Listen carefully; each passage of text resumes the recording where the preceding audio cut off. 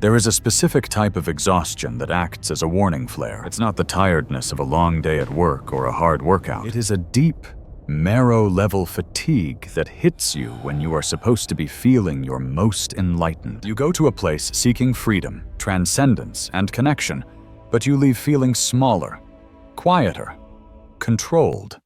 This is the paradox of the modern spiritual trap. The enemy doesn't always look like a villain.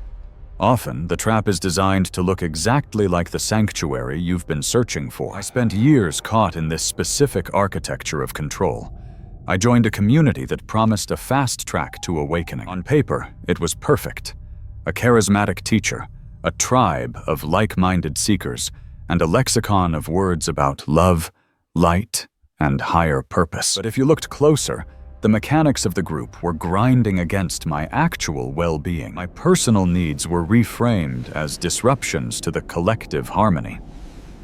My doubts weren't treated as critical thinking. They were diagnosed as spiritual failings or resistance.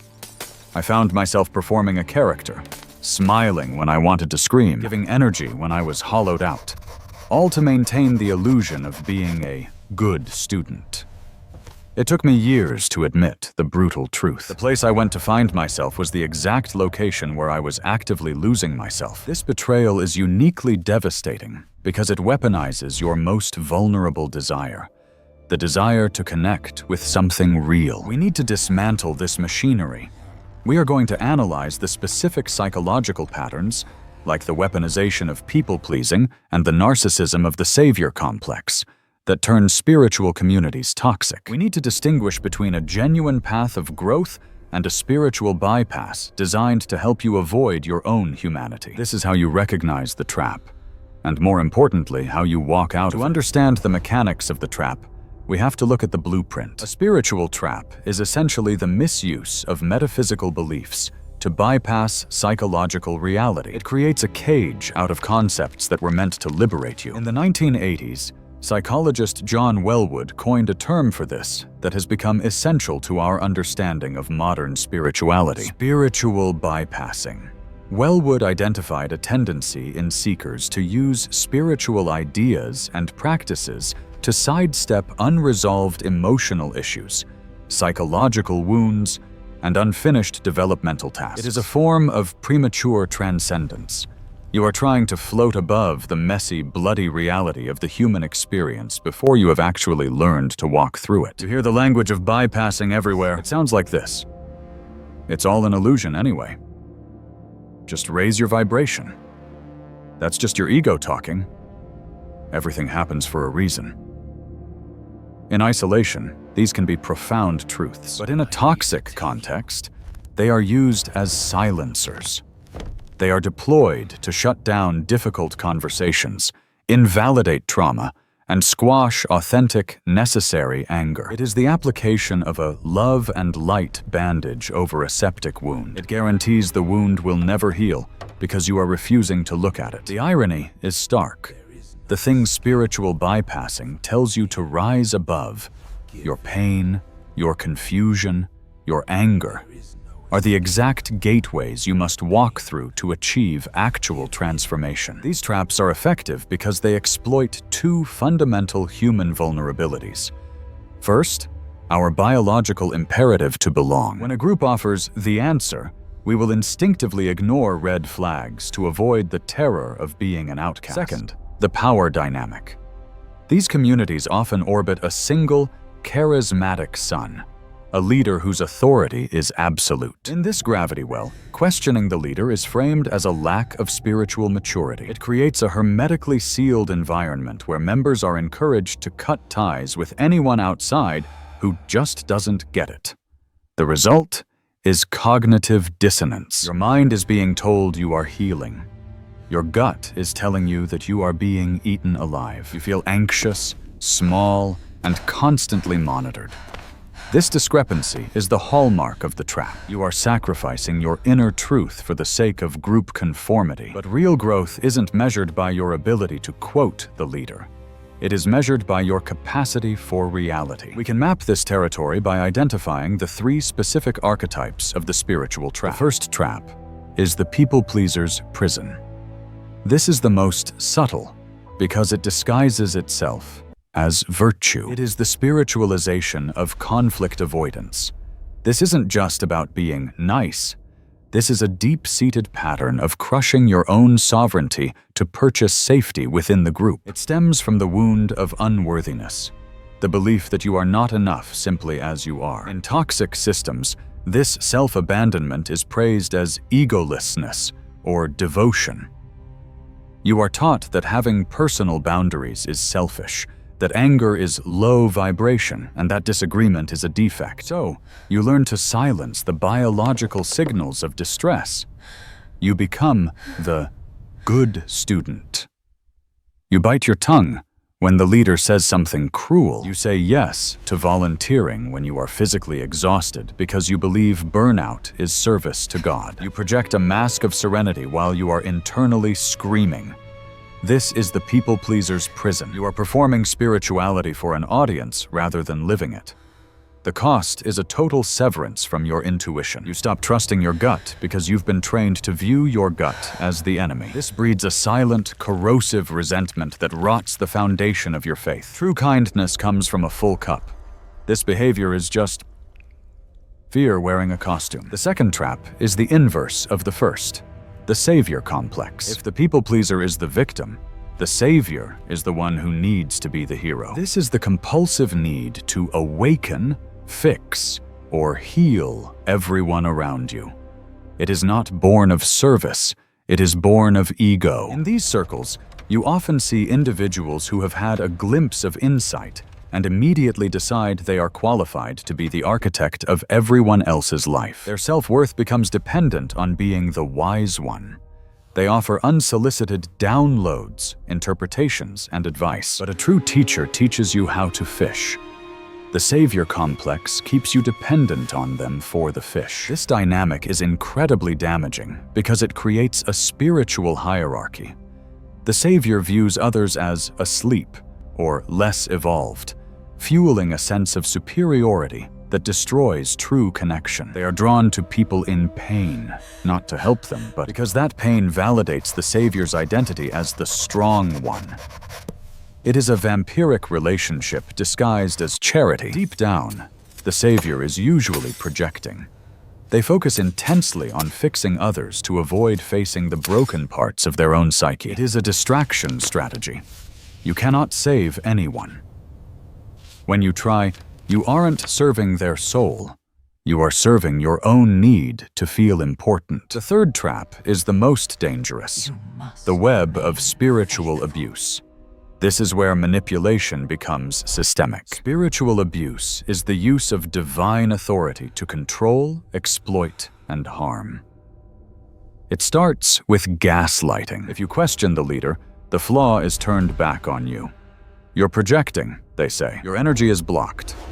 You are made to question your own sanity. They use fear of bad karma, fear of spiritual regression, fear of exile, to keep you in line. In the darkest versions of this trap, spiritual concepts justify the violation of basic human boundaries. Leaders demand absolute obedience, claiming a direct line to the divine. They extract money under the guise of energy exchange.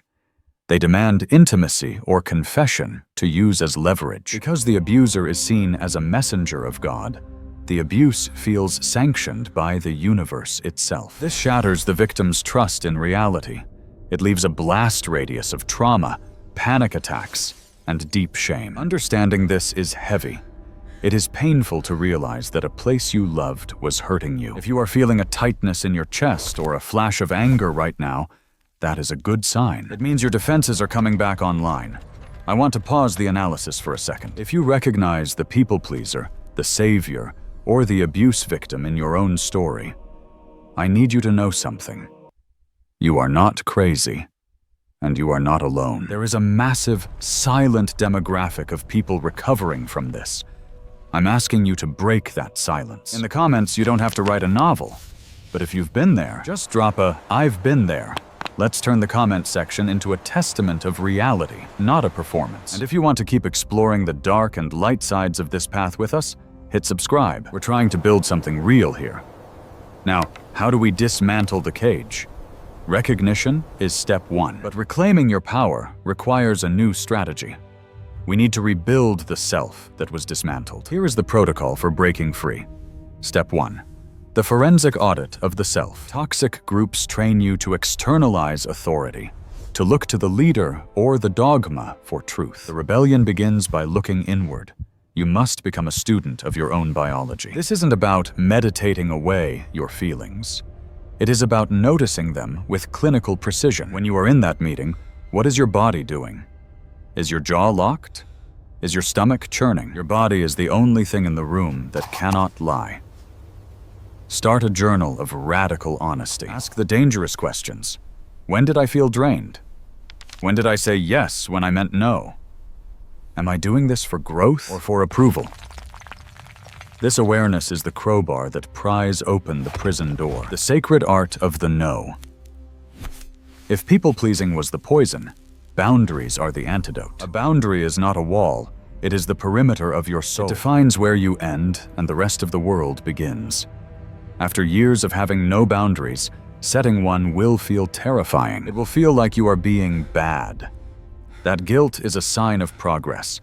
It means you are fighting the conditioning. Start small. No, I can't make that meeting. No, I don't have capacity for that. You do not owe a dissertation to explain your no. Arm yourself with scripts. When someone offers unsolicited spiritual advice, I appreciate the thought, but I'm sitting with this on my own. When they try to diagnose your energy, I'm not open to feedback on that right now.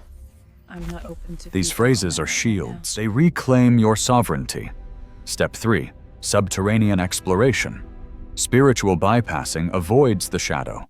Real spirituality enters it. You must carry the light into your own basement. This means facing the wounds, the anger, and the fear that the spiritual trap promised you could skip. This is where you combine spirituality with psychology. Find a therapist who understands spiritual abuse or trauma. Look at the mechanics of why you were vulnerable. Did the people-pleasing come from a childhood need for safety? Did the savior complex come from feeling powerless? Healing isn't about erasing these scars. It's about integrating them so they no longer drive the bus. Decentralize your community. The trap relied on isolation. It demanded to be your only source of connection. The fix is to diversify your portfolio of human contact. Stop looking for the one group. Look for connection in a decentralized network. A few friends who can handle the truth. A recovery forum. Old friends who knew you before you joined the group. Connection can be found in art, in nature, in silence. A healthy community is a network of sovereign individuals, not a hive mind. The death of the spiritual ego. The final step is the hardest. True humility. The spiritual ego wants to be special, chosen, awakened. True humility is the relief of just being human. It is knowing that you will always be a student. This protects you from the arrogance of the savior complex. From this humility, you find real compassion. Not the fix-it compassion of the savior, or the fear-based compassion of the people-pleaser, but the compassion of a witness. You can hold space for someone's pain without needing to fix it or take it on. You respect their journey enough to let them walk it. You realize you are not responsible for saving the world. You are only responsible for your own integrity. Walking away from a spiritual trap is an initiation. You went looking for a teacher outside, and the trauma forced you to find the teacher inside. You went looking for a community, and you had to learn to build authentic connection. You went looking for God, and you found the divine spark in your own messy, sovereign self. Leaving isn't failure. It is graduation. It is the moment you decide that your inner truth is more valuable than anyone's approval. The path ahead is uncertain, but for the first time, it is actually yours. Trust that. You have everything you need. If this analysis resonated with you, hit the like button. It helps this signal reach the people who need it. And please, use the comments. Your story might be the key that unlocks someone else's cage. Be well.